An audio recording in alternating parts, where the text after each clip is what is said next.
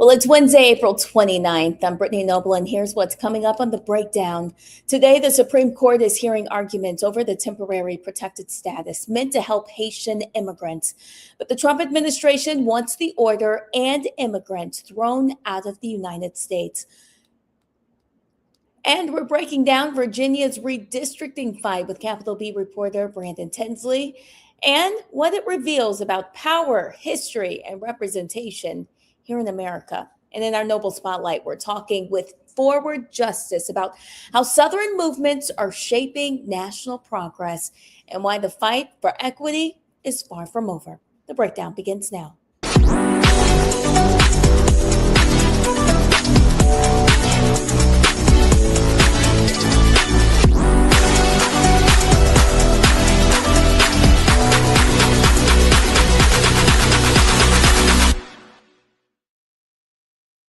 As always, we begin with a breakdown of the headlines and stories that you need to know about from across Black America.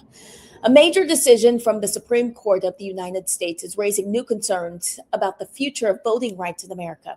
In a 6-3 ruling, the court further weakened the Voting Rights Act, saying states can almost never consider race when drawing congressional maps, even when trying to protect minority voters. The case out of Louisiana centers on a map that added a second majority Black district after a lower court found the original map diluted Black voting power, but the Supreme Court now says that the effort went too far, calling it an unconstitutional racial gerrymander. Today, the Supreme Court is weighing President Donald Trump's efforts to end temporary protected status for Haitians. Justices will hear two cases covering hundreds of thousands of people from Haiti and Syria. If the court rules in Trump's favor, this could make way for his plans with mass deportations of people who have been living legally in the United States, many of them for more than a decade. The TPS program permits eligible individuals to live and work in the United States if they cannot return to their home countries because of natural disasters or armed conflicts, even other extraordinary or temporary conditions. People with TPS have to renew every 18 months. Congress enacted the program in 1990. Since then, every president has embraced the program except Trump. Later in the show, we will discuss this further. Also, President Donald Trump posted a mocked-up image of himself on his Truth Social platform holding a gun and referring to a non-nuclear deal. In the post, Trump is warning Iran that they better get smart soon. This comes as he weighs military options for the Strait of Hormuz, with peace talks at an impasse. Negotiations between the U.S. and Iran failed to reopen the critical waterway earlier this week. Pakistan expects to receive a revised proposal from Iran in the next few days. All of this coming as we see oil and gas prices remain more than $110 a barrel.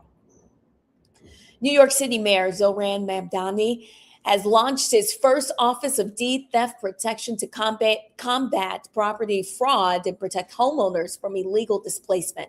The office will detect fraud, provide legal aid, and coordinate with law enforcement. It will operate with a $500,000 budget for the current fiscal year, increasing to $1 million next year. Now, the office was created following the viral arrest of City Council member Chios, who was protesting the eviction of a longtime Bed-Stuy resident in a case characterized as deed theft. The mayor says the office will work with residents to prevent such predatory practices like this from happening to others.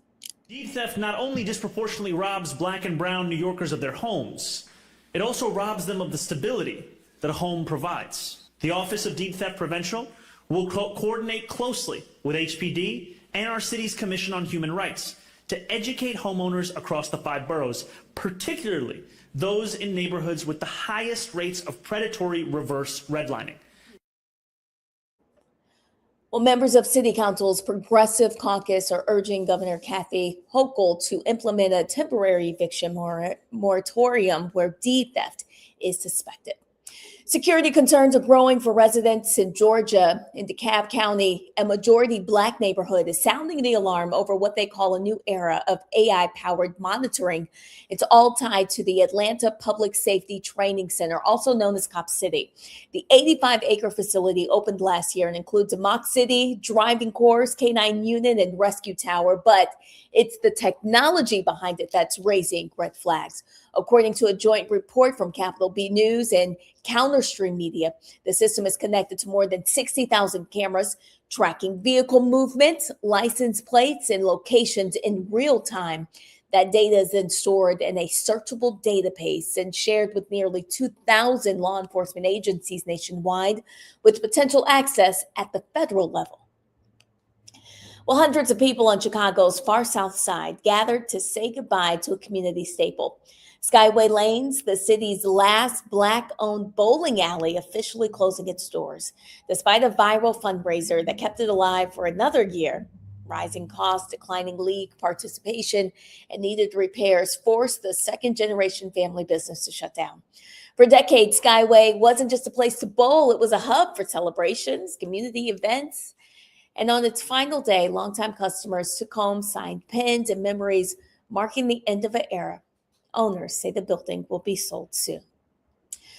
Well, students and alumni are now fighting to stop the sale of Martin University, the only predominantly Black college in Indiana. The group is asking a court to block the sale of the campus, arguing the shutdown disrupted their education, employment, and future opportunities. Some students say they completed their coursework but never received degrees, while others say they've been able to transfer to other or continue their education elsewhere. One plaintiff even says that he was forced to withdraw from a PhD program at Walden University, all because his financial aid account at Martin was still listed as active. The lawsuit also claims the university failed to provide a clear teach-out plan, leaving students without a path forward. All right, coming up, we have more news ahead for you today on The Breakdown. And remember, for more news headlines and in-depth coverage 24 hours a day, you can visit the Black Star Network. We are your source for stories that matter to our community. We'll be right back.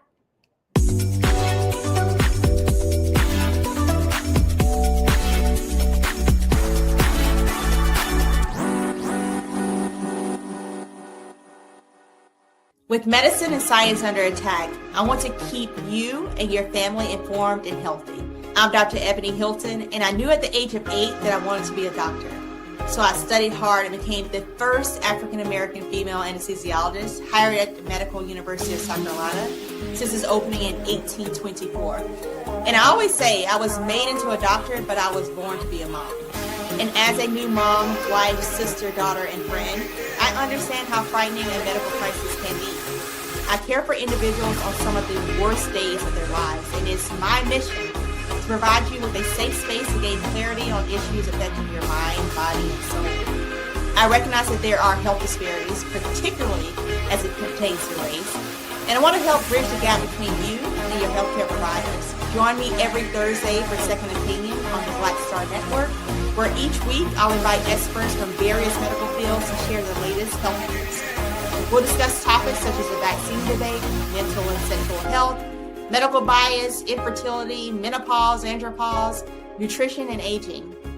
Together with my medical colleagues, we aim to provide you with a second opinion. Don't miss it, Thursdays only on the Black Star Network.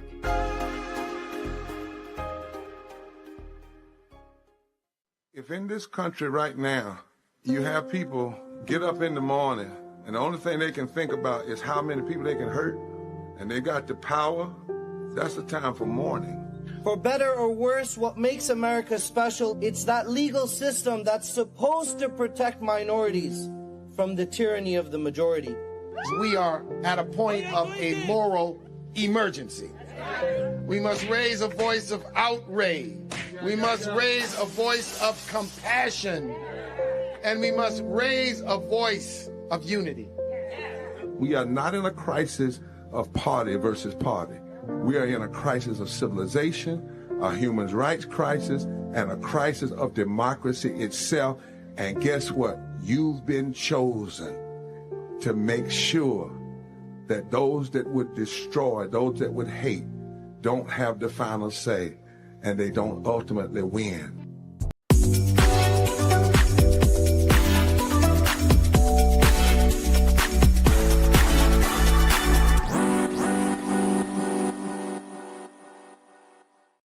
Well, today in our Black and Missing segment, family and friends are asking for your help in finding Della Klein. She was last seen in the 2800 block of Salesian Avenue in Richmond, California. That was back October 15th of 2023.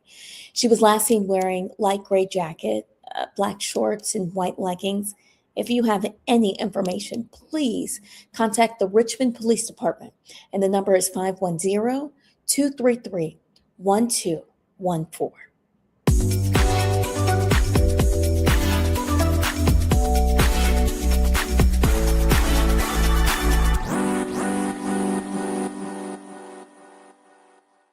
Well, in case you missed it on Roland Martin Unfiltered last night, Roland presented a special 2-hour episode featuring Ayanla Van Zandt.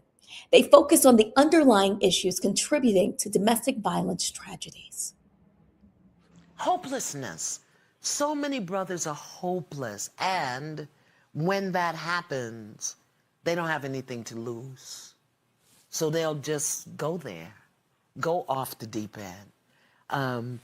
And the way that we got to support them in addressing, acknowledging, feeling the hopelessness is to begin to give them tools and opportunities and a safe place for them to be vulnerable, to be wounded. Where is a safe place for the average black man to be wounded, broken, vulnerable? Where is that?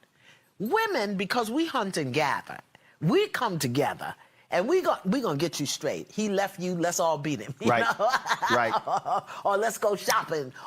We have a different culture, a different community among us. But what has also happened for us is black women have been taught to love deeply, to love loyally, and to love sacrificially.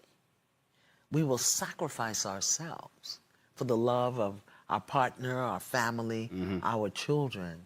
And in doing so, very often, we sacrifice what we know, what we feel, what we sense, and we won't speak to the phone ringing in the middle of the live TV show. When you talked about how women gather, and this was one of the first things we talked about.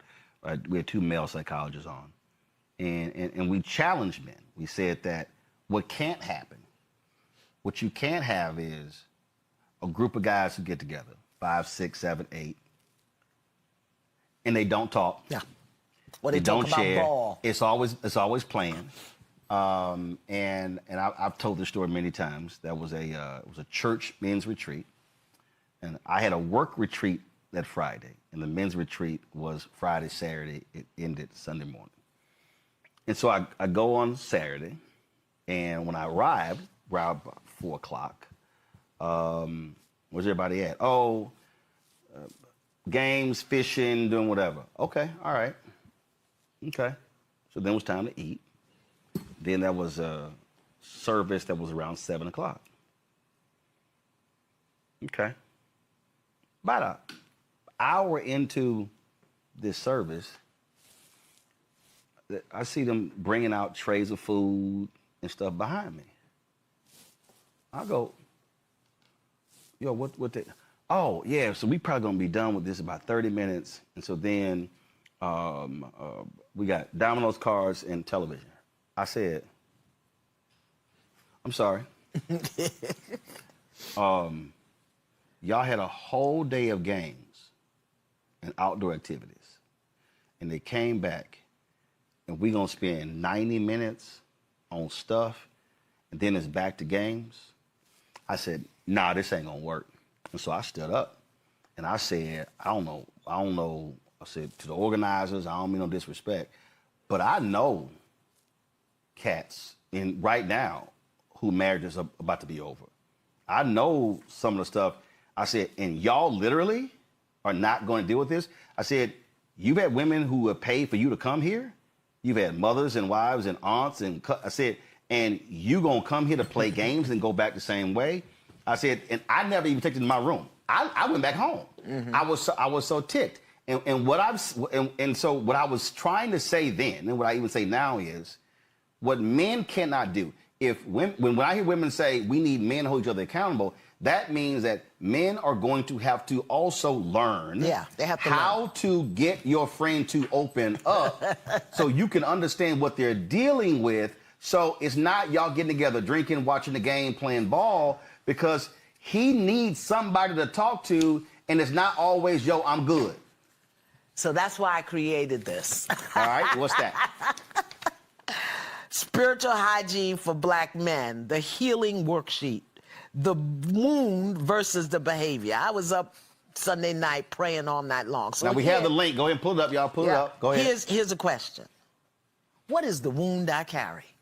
Let's just start there. What is the wound I carry? There may be 10 of them. There may be one. And you don't move until you can name that thing. Because you won't know what you're dealing with. You won't know what you're looking at. You won't even know what kind of help you need until you can identify the wound that you carry. Everybody carries one. I got one, you got one. How we manage it, how we've addressed it, how we've dealt with it, or how we've accommodated it, tolerated it, denied it, ignored it, and then shot somebody or did, 7.5 to 15. Or we smoking more happy flowers than we eating grits. What is the wound you carry? Every black man, write that down, or come get the sheet. And then you got to identify, where did it come from? Some of it is inherited. Can you hear me? I inherited some stuff from my birth mother, whom I never met. She died when I was 2. But there's some stuff that I inherited from her, and one of them was remaining loyal to people who treat me badly. My mother was a car cleaner on the Pennsylvania Railroad in the 1920s. Do you know how people treated her? A black woman cleaning the train that black people couldn't even ride. Do you know how people treated her? She died when I was 2. But one of my wounds was remaining loyal to people who treat me badly, which is why I stayed 9 years in a marriage with a man who beat me. And that's why for men, you have to understand what patriarchy is, what misogyny is, this belief that you control, that is, again, that could be from your grandfather, from your father, from your uncle. Question number 3. What was I taught about being a man and control? What was I taught about being a man and expressing emotion? And I did this so that brothers have a direction. Because, we're saying you got to heal. They don't even know where to sit down and do. That's a phrase. That's right. That's a phrase. You like to do this, get on your computer, take a breath, light some incense, smoke your happy flowers. That's what you do. Get your whatever. But at least give yourself permission to ask yourself the question. Who's ever asked, what were you taught about being a man and expressing emotion? Right, and what does that actually mean? Yes.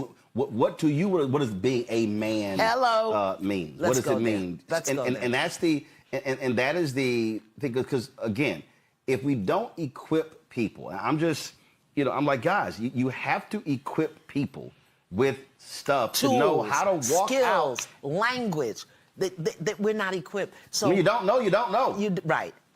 But we have to stop acting like it doesn't matter. Here's another thing that I really want us to work on as good spiritual hygiene. I've noticed this thing that happened, I don't know, maybe in the last 5-10 years. Everything is generalized to black men and black women. Black women are this. Black men are that. Black men don't do this. Black women. And what happens is that generalization becomes your identity. So you're a black woman, and somebody is saying something about black women, and if it doesn't apply to you, you dismiss the whole thing as when the messenger becomes the enemy, you will miss the message. Can you hear me? Somebody will say something, I'm like, I don't know. It don't apply to me. So we're taking on this. I really want to encourage us not to do that, because then we make the messenger the enemy, black men or black women, and we miss the message.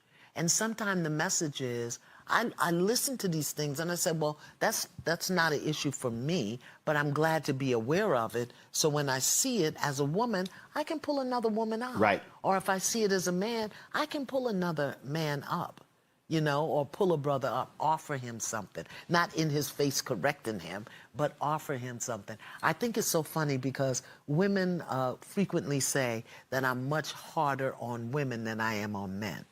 And that's really not true. It's just that I know how to work a man. See, I can be in another woman's face because I am a woman. We can stand nipple to nipple, navel to navel. I can't do that with no man. But women think that it's okay for them to jump up in a man's face and point his finger. Listen, if Kevin Hart, love Kevin, if Kevin Hart were to roll up on Shaq and start antagonizing him, poking him in the penis or whatever, I don't know what Kevin might do. Mr. Lee and Miss Nancy, take Mr. Lee his dinner. Ask Miss Nancy if she would do, what? As a sign of respect. As a sign of respect. When the family came together on Saturday, the men folk went downstairs, the women folk were upstairs. They were drinking their brown liquor out teacups. And that's how I learned a lot of stuff. I learned what to say, how to say. And today women think that our way of being in our women business is being submissive or less than men. No, you just got to know how to work it. So I can get men to tell me anything because I don't threaten them. I don't judge them. I don't, you know. I had a man pull up in me. I go to the river every morning to pray. This guy pulled up and saw, oh, Miss Man, went away, came back, pulled up beside me. I talked to that brother for 2 hours at the river. You know why? In that moment, I had to be a safe place for him to fall because he was hopeless. And he said, do you have any books in the back of your car? I don't ride around with no books, boy. What's wrong with you? 2 hours, he told me his whole life story. And I just had to be present. Well, coming up tonight on Roland Martin Unfiltered, all tonight, starting at 6 p.m. Eastern on the Black Star Network, more impactful conversations that you need to know. Also coming up after the break, here on The Breakdown, we're talking with Forward Justice about the power of the South, expanding democracy and what it takes to build a more just and equitable future. Stay with us. Watching The Breakdown.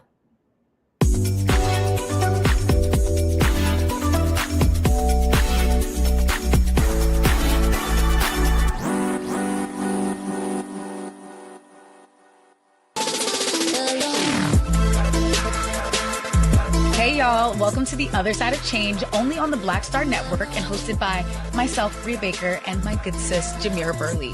We are just two millennial women tackling everything at the intersection of politics, gender, and pop culture. And we don't just settle for commentary. This is about solution-driven dialogue to get us to the world as it could be and not just as it is. Watch us on the Black Star Network, so tune in to The Other Side of Change.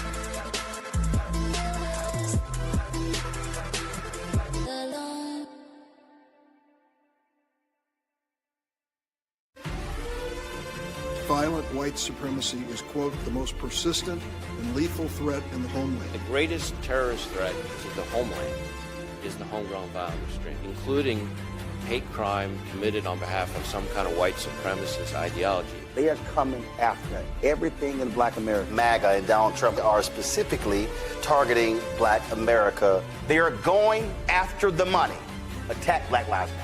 Attack critical race theory, attack woke, DEI. MAGA wants to defund Black America. This is a perfect example of their desire to completely degrade and de-emphasize Black people.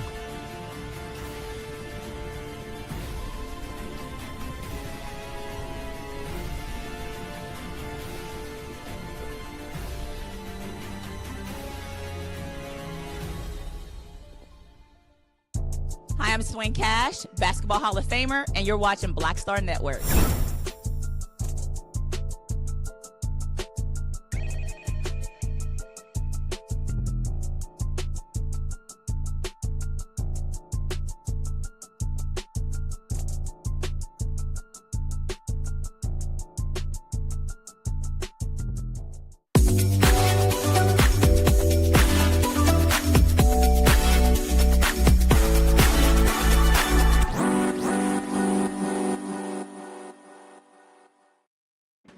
Welcome back to The Breakdown.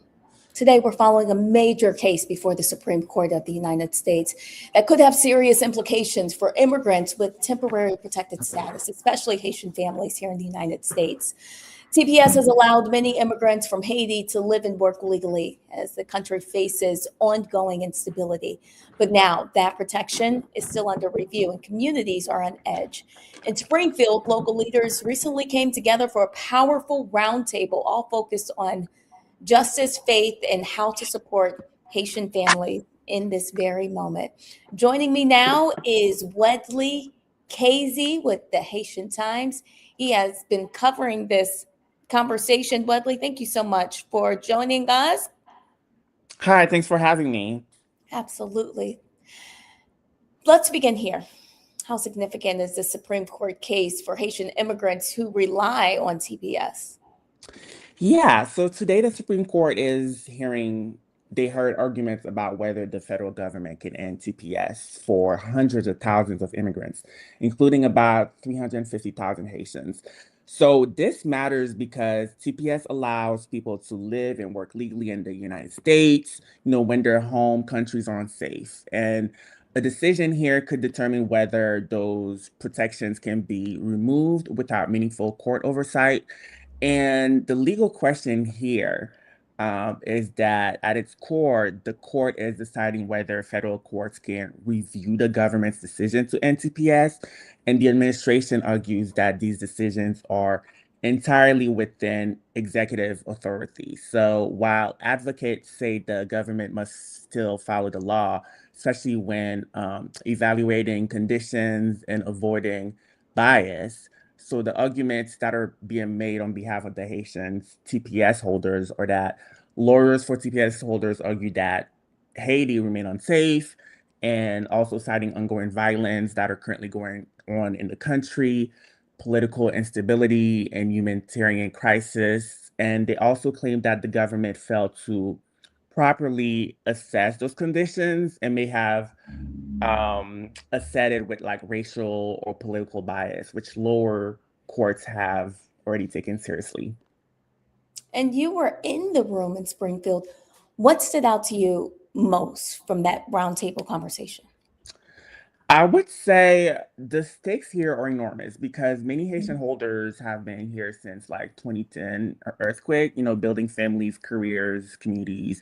And if TPS ends, they could face deportation to a country that's still dealing with extreme instability. And how the Haitian communities are reacting right now in Springfield, there's a mix of fear, frustration, and mobilization. So many people feel they've lived in a kind of like legal limbo for years. And this case could either bring relief or deepen that uncertainty for hundreds of thousands of families. So from what we heard today from the oral argument, some justices are pressing the government on whether it properly evaluated conditions in Haiti, while others are focused on limits of judicial power, basically asking, should courts even be involved in these decisions? So these are also questions about whether biases played a role, which could be legally significant. There was a strong emphasis on leading with love and building relationships. Tell us why that approach is so important right now. I would say it's important right now because this could affect, like I mentioned, over 1.3 million TPS holders across multiple countries, not just Haitian. And it's a part of a broader effort to reshape immigration policy, especially like around deportation and humanitarian protections. And I would say it's key right now because Haiti, especially Haitians, they've been going through this ever since like the 2010 earthquake. So it's been an ongoing political collapse and violence going on in Haiti. And at the same time, critics are arguing that Haitian immigrants have been treated differently from other groups, which is true, which adds a historical and also a racial dimension to the case. So when it comes to like love and support right now, the Haitian community really need that right now currently. And we've seen Haitian communities increasingly targeted in some areas. How is that shaping the urgency of the conversations? I would say right now, like the TPS protection, like remain in a place due to like lower court rulings.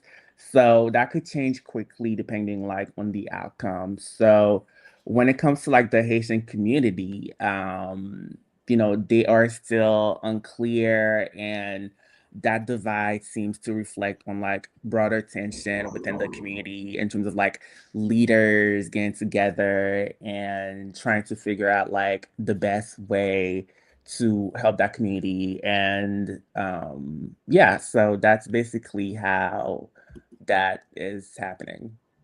From your reporting, what are families most concerned about? Families are most concerned about their kids. A lot of families have been here, like I mentioned, for since 2010 or for 3, 4, 5 years, and their family have grown. There are kids that were born in the States, and if let's say a parent ends up getting deported, then you know their kids who are, American citizens that were born here would have to either enter the system and they would need to like find other families to like take care of those kids. So they're worried about that. They're also worried about let's say if they lost their jobs, taking care of families back home, because that's a huge thing in the Haitian community where the people in the States work to send money back to families back in Haiti. And yeah, and there's, like I said, it's just a fear of even going out or even getting deported back to Haiti, where, like I mentioned, there's like ongoing violence and not being able to survive if they do go back to that condition back in Haiti. What do you think people should be paying attention to as this case continues to move forward? How I can would communities show up in meaningful ways? I would say definitely by protesting, using your voice to reach out to local community leaders, putting together panels, events to really come together and help those communities, especially like in areas such as like Springfield, like Columbus, New York, Miami, like where like there's a huge Haitian population really coming together to find different ways to help those Haitian communities. Like I know an attorney in Columbus that's putting together those packets for just in case like families get deported back to Haiti. And those Wow. packets include like health insurance, savings, and anything from like housing stability for their children or who to send their children to if they do get deported, like who to contact and things like that. And yeah, so really coming together and putting together resources and different steps and strategies onto what happens next if they do get deported.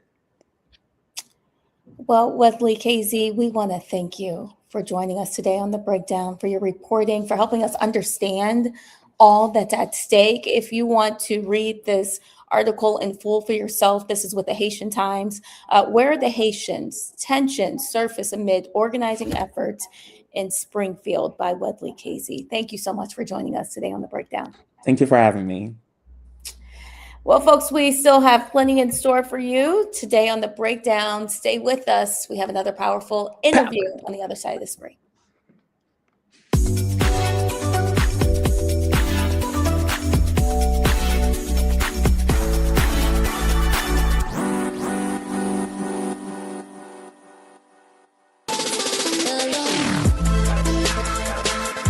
Hey y'all, welcome to The Other Side of Change, only on the Black Star Network and hosted by myself, Bria Baker, and my good sis, Jamira Burley. We are just two millennial women tackling everything at the intersection of politics, gender, and pop culture. And we don't just settle for commentary. This is about solution-driven dialogue to get us to the world as it could be and not just as it is. Watch us on the Black Star Network, so tune in to The Other Side of Change.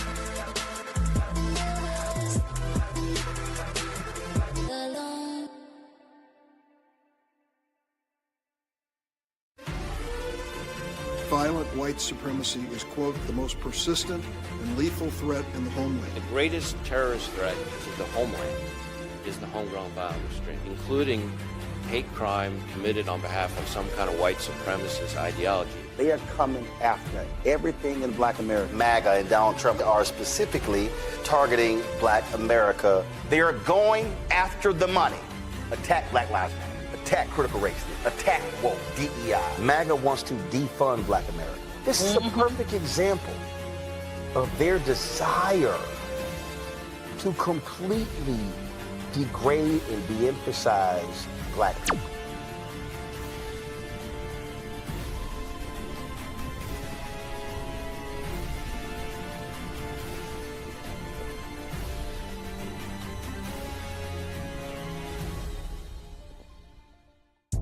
Hi, I'm Swing Cash, Basketball Hall of Famer, and you're watching Black Star Network.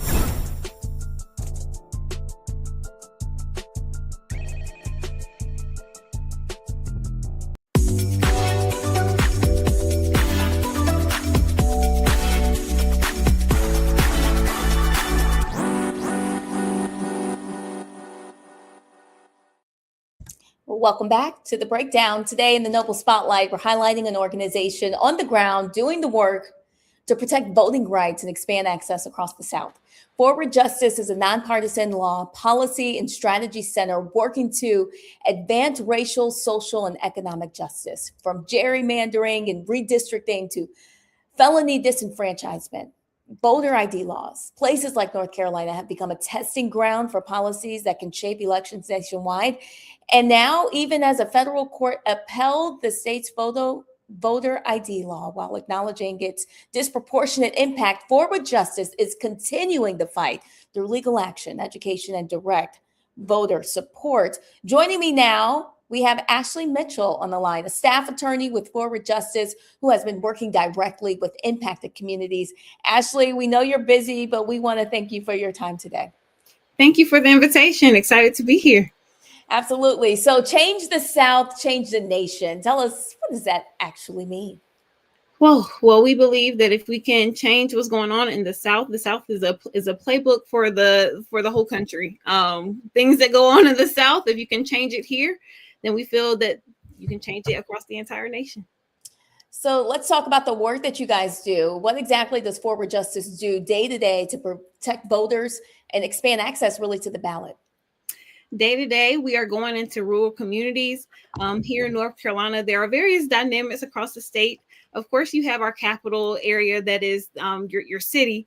But outside of that, you have a lot of rural areas and rural counties that often are left out of information. For example, I live out in eastern North Carolina in CD1. Very rural. We do not receive North Carolina news. So it's our goal at Forward Justice to make sure folks understand the different changes of voting rights in North Carolina, of our voting laws, and making sure that people are informed. That's our goal. And that has been what we've been doing the past several years across the state. Tell us a little bit more about Protect Our Vote campaign that you guys have launched. Tell us about this statewide tour. Really what you're hearing from voters on the ground right now. Yes. So again, with our Protect Our Vote program, we've targeted Black and Brown communities, specifically rural communities across the state, trying to make sure that our folks are informed. That way, when they go to the polls, they are able to cast their ballots in an informed manner. Again, our rural areas often are left out. They're often forgotten sometimes in our state. So making sure that our folks are prepared, equipped, and knowledgeable as to the different changes in our election laws. Our election laws in North Carolina changed quite a bit. So it's quite a task in making sure that our folks are, again, informed as they go to the polls. You know, Ashley, we know that misinformation is a huge issue. Could you tell us what some of the biggest myths or confusion points that you guys are working to clear up right now? One of the biggest things is that our vote doesn't matter. That's a confusing piece, is ensuring that folks understand, yes, your vote does matter. If your vote did not matter, our legislators, our state would not be trying so hard to make sure you do not cast your ballot. Things such as the voter ID laws, changes to redistricting, attempts to limit early voting, things like that are things that are impacting our folks across the state. So again, making sure our folks are informed and ready to go when it comes to going to the polls is one of our major concerns. When you guys are out and on the ground, can you tell us a little bit more about potentially some of those legal resources that your team provides for folks, or maybe suggestions for voters when they're facing issues at the polls? Absolutely. So during election cycles, Forward Justice leads voter intimidation work across the state. We provide a hotline. First of all, we are a part of the North Carolina Election Protection Coalition. This coalition provides a hotline that addresses various election related issues. If you have any questions about voting, about where your polling site is, things such as that, you can call this hotline. Forward Justice, again, holds the voter intimidation arm of this hotline. So if folks encounter issues at the polls, if people are at the polls being crazy, or if there's signs and things there that people find intimidating, if they're giving misinformation at the polls and things like that, we encourage folks to call the hotline. You would reach one of the attorneys at our organization, either myself or one of our amazing attorneys, one of my coworkers, who will help you who will walk through the situation with you and provide advocacy either at the state board level, the county board level, or so on and so forth. So really making sure people feel comfortable at the polls, and making sure that they are informed and know that they can exercise their rights as they go to the polls safely and securely. Ashley, I know you are facing, and your team are facing, so many legal setbacks, but could you tell us some of the positive impacts that you're seeing from your work? Absolutely. So while there are some who feel, oh, my vote may not count, there are definitely others who are feeling empowered in this moment. For example, there was an attack against CD1 with redistricting, trying to keep Black folks from being able to go and cast their ballots fairly. However, that has sort of empowered us out here in CD1. Instead, we're saying, no, we will show up at the polls. We're trying to make sure our folks are informed, they're feeling empowered, and they're able to go to the polls safely and securely once again to go and cast their ballots. For people watching and they want to support you and the work that you guys are doing, how can they do that? Absolutely. You can go to our website at forwardjustice.org and see all of the amazing work that we have going on. We have various events coming up. If you can go to our Protect Our Vote website and see about our mini tour that we have coming this election cycle. And just stay informed and connect, making sure that you're receiving information about the elections. And again, please sign up on our website if you are not already signed up, so you can make sure you are informed about the election coming up. All right. Change the South, change the nation. Ashley Mitchell, thank you for the work that you and your team are doing at Forward Justice to protect our democracy. We appreciate you. Thank you so much. Absolutely. Well, folks, do you know someone in our community who deserves the Noble Spotlight? Contact us. Let us know what you think. There is a QR code. We have it on the screen right now. Take a moment, scan that QR code. And who knows, we may have your relative or somebody that you know in the community on the show sharing information with our breakdown viewers. Well, folks, if you want to represent the Black Star Network beyond the screen, there's an easy way to do that. You can head to shopblackstarnetwork.com, where you can find official Black Star Network swag. It's a way to support the network, show pride in Black-owned media wherever you go, but it doesn't stop there. When you shop blackstarnetwork.com, you're also supporting a growing collection of Black-owned businesses, all featured on the site, from apparel and accessories to unique gift items. Discover brands doing incredible work and keep our money circulating in our community by shopping blackstarnetwork.com. Support the network, support Black-owned businesses, and you can support the culture. That's going to do it for us today on The Breakdown. Thanks for spending part of your day with us, and be sure to keep the conversation going online. We want to hear from you. Send us your questions, your story ideas, and let us know what's happening. And don't forget, we'll be right back here tomorrow with more news, context, and voices that matter. Have a great day.